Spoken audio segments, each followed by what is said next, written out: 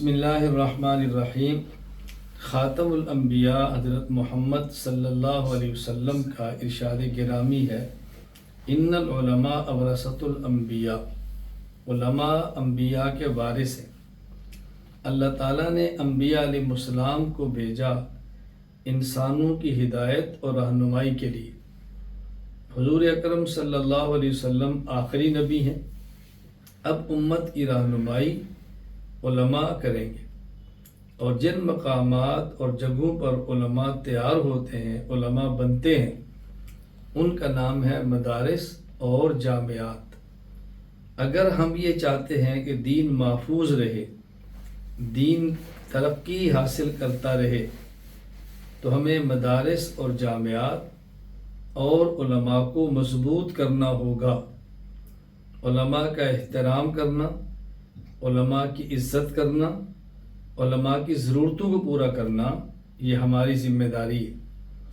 میں ہر اس شخص کو، مرد ہو یا عورت، وہ مجھ سے بڑا بزرگ ہو یا بڑی خاتون ہو، میرا کوئی ہم عمر ہو، میرا بھائی ہو، مجھ سے چھوٹے عمر میں ہوں، بچے ہوں یا بچیاں ہوں، جہاں تک پیغام پہنچے، میں آپ کی خدمت میں گزارش کروں گا کہ مدارس اور جامعات کو مضبوط کریں، علماء کو مضبوط کریں، علماء کے خلاف ہونے والے منفی پروپیگنڈے سے متاثر مت ہوں۔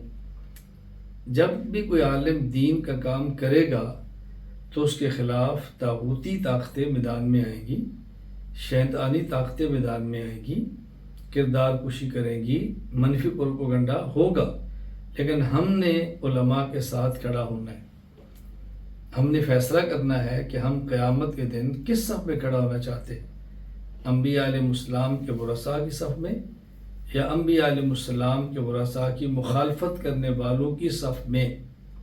میں آپ تمام سے گزارش کروں گا کہ میں اور آپ یہ ارادہ کریں، پختہ فیصلہ کریں، عزم مصمم کریں کہ ہم انشاءاللہ مدارس اور جامعات کو مضبوط اور پختہ کریں گے، اور ہم انشاءاللہ علماء کی عزت کریں گے، احترام کریں گے، اور ہم علماء کے ساتھ کھڑے رہیں گے۔ اللہ تعالیٰ مجھے اور آپ کو دینی مدارس، جامعات اور ان کو چلانے والے، پڑھانے والے علماء کرام کا خادم بنائے، اللہ ان کے ساتھ محبت کرنے والا ہمیں بنائے۔ اللہ تعالیٰ ہم سب کا خاتمہ ایمان پر فرما دے۔ السلام علیکم ورحمۃ اللہ وبرکاتہ۔